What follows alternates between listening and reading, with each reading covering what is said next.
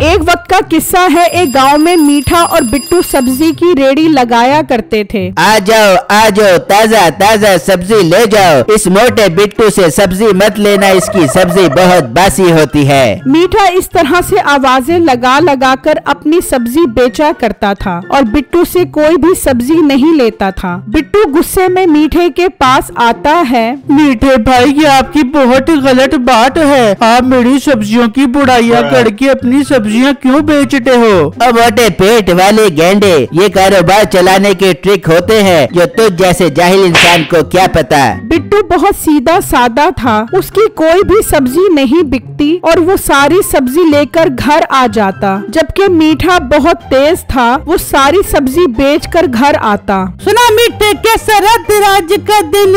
नसीबा मेरी जान, तुझे क्या मालूम, मैं कारोबार में बहुत तेज हूँ। बिट्टू मोटे को अपने सामने टिकने नहीं देता और लोग मुझी से सब्जियां खरीदते हैं। मीठे, ये बात तो तेरी ठीक है, पर मीठे तू ऐसा करके बिट्टू रेडी लगाना ही छोड़ दे बे, ताकि तेरा काम और आसान हो जाए। नसीबा तू बस देखती जा, मैं बिट्टू के साथ करता क्या हूँ। वैसे भी उससे कोई सब्जी लेता नहीं है, खुद ही मायूस होके भाग जाएगा। बिट्टू मीठे का हमसाया था। वो मियाँ बीवी उदास बैठे होते हैं। बिट्टू जी, अगर इसी तरह आपकी सब्जियां नहीं सेल होंगी तो हम क्या करेंगे? अब तो खाने के लिए भी कुछ नहीं है। बेगम, मैं क्या करूं? मीठा भाई मेरी सब्जियों की बुराइयां करता रहता है, जिसकी वजह से लोग उसी से ही सब्जियां खरीद लेते हैं। तो बिट्टू जी, आप भी मीठे भाई जैसा बनो, आप भी उनकी सब्जियों की बुराई किया करो ताकि लोग आपसे सब्जियां खरीद ले।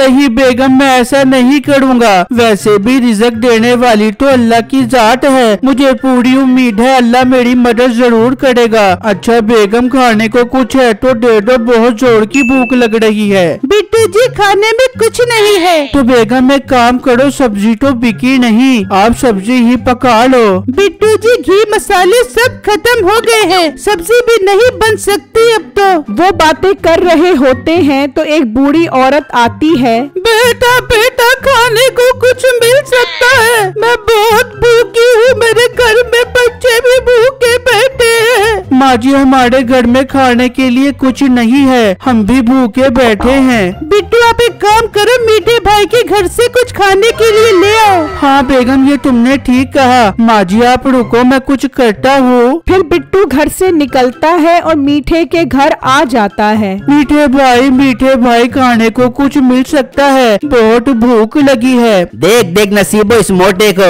अब भीख मांगने की भी आदत पड़ गई है। मीठे भाई, आप कैसी बातें कर रहे हो? मैं भीख नहीं मांग रहा, मैं आपका हमसाया हूँ और वैसे भी हमसायों के बहुत हकूक होते हैं। मोटे बिट्टू, हमें ऐसे हमसाए नहीं चाहिए, चल भाग दे यहाँ से, कोई खाने के लिए नहीं है। फिर बिट्टू उदास होकर घर आ जाता है। हाँ बेटा, ले आ मेरे लिए कुछ खाने को। नहीं माँ जी, कुछ भी नहीं मिला खाने के लिए, मुझे बहुत अफसोस है, मैं आपकी कोई मदद नहीं कर सकता। कोई बात नहीं बेटा, तू परेशान मत हो, अल्लाह मालिक है। ये कहकर वो बूढ़ी औरत वहाँ से चली जाती है तो बिट्टू कहता है, बेगम रात होने वाली है, आप सो जाओ, मैं अभी आता हूँ। पर बिट्टू जी, आप कहाँ जा रहे हो? बेगम, मैं अपने दोस्त के घर जा रहा हूँ, आज दिल बहुत दुखी है, दोस्त के पास जाऊँगा, शायद मेरा दुख कुछ कम हो जाए। अच्छा बिट्टू जी, आप चले जाओ, पर जल्दी आ जाना। फिर बिट्टू घर से निकलता है और एक जगह पर आकर बैठ जाता है और रोने लगता है। अल्लाह मेरी मदद कर, अब तो हमारे घर में खाने को भी कुछ नहीं है। वो रो रहा होता है तो एक चुड़ैल आती है। चुड़ैल को देखकर बिट्टू डर जाता है।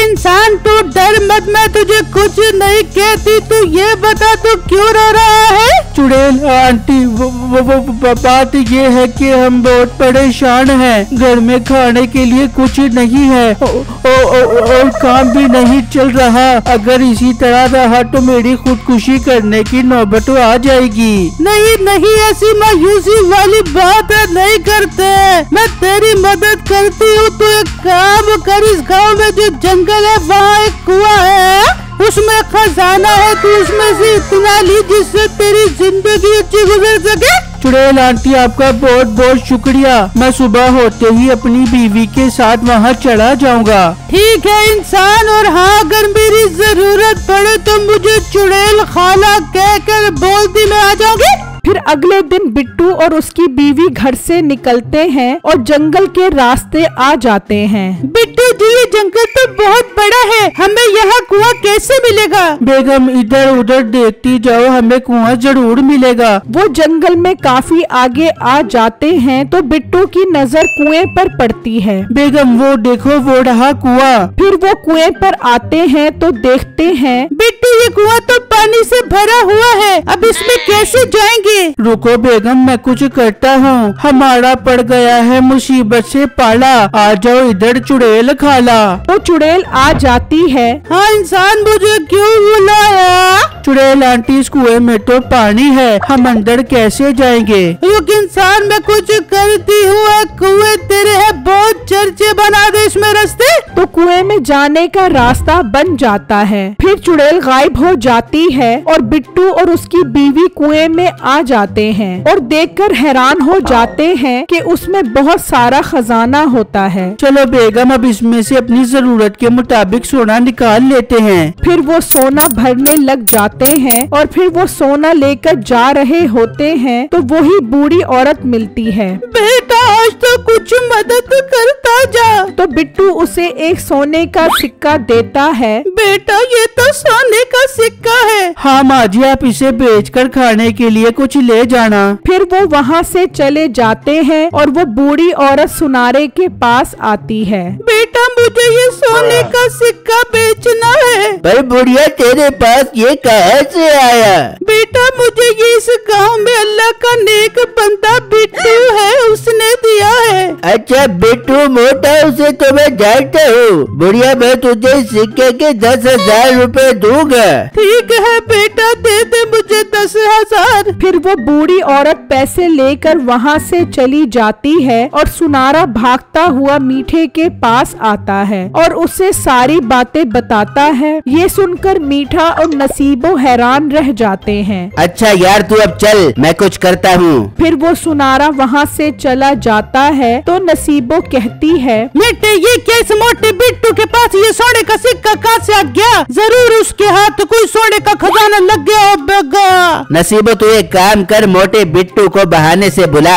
हाँ मिठे मैं जाती हूँ उसके घर और जाके सब रख के आती हूँ। फिर नसीबो बिट्टू के घर आती है। बिट्टू भाई मिठा आपको बुला रहे उसे आपसे कुछ काम हुआ कि उसकी बात तो सुन ले बे। बेगम मैं फिर मीठे भाई से मिलकर आता हूँ, चलो नसीबो बाजी। फिर वो मीठे के पास आते हैं। मीठे भाई खैर तो है, आपने मुझे क्यों बुलाया? बेटू हमें पता चला है कि तेरे हाथ सोने का खजाना लगा है, मुझे बता वो खजाना कहाँ है? नहीं मीठे भाई मेरे पास कोई खजाना नहीं है। मिट्टी ये से नहीं मार बिब्बेगा, इससे गुलवाने के लिए कोई और तरीका निकालना पड़ बिब्बेगा।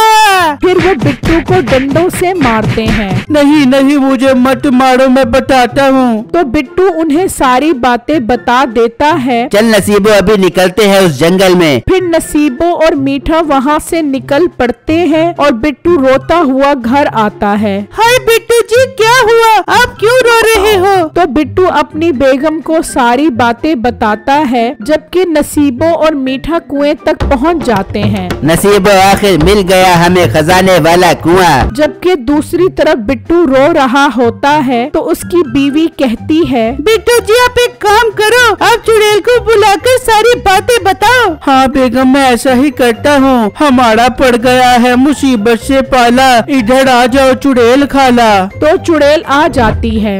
इंसान क्या हुआ, मुझे क्यों बुलाया? फिर बिट्टू चुड़ैल को सब बताता है। इंसान तू परेशान मत हो, मैं कुछ करती हूँ और उनको अच्छा सबक सिखाती हूँ। जबकि दूसरी तरफ मीठा और नसीबो खजाना देखकर बहुत खुश हो रहे होते हैं तो वहाँ पर चुड़ैल आ जाती है। ओ इंसान तुम बहुत जालिम हो, तुम्हें अब मैं अच्छा सबक सिखाऊंगी।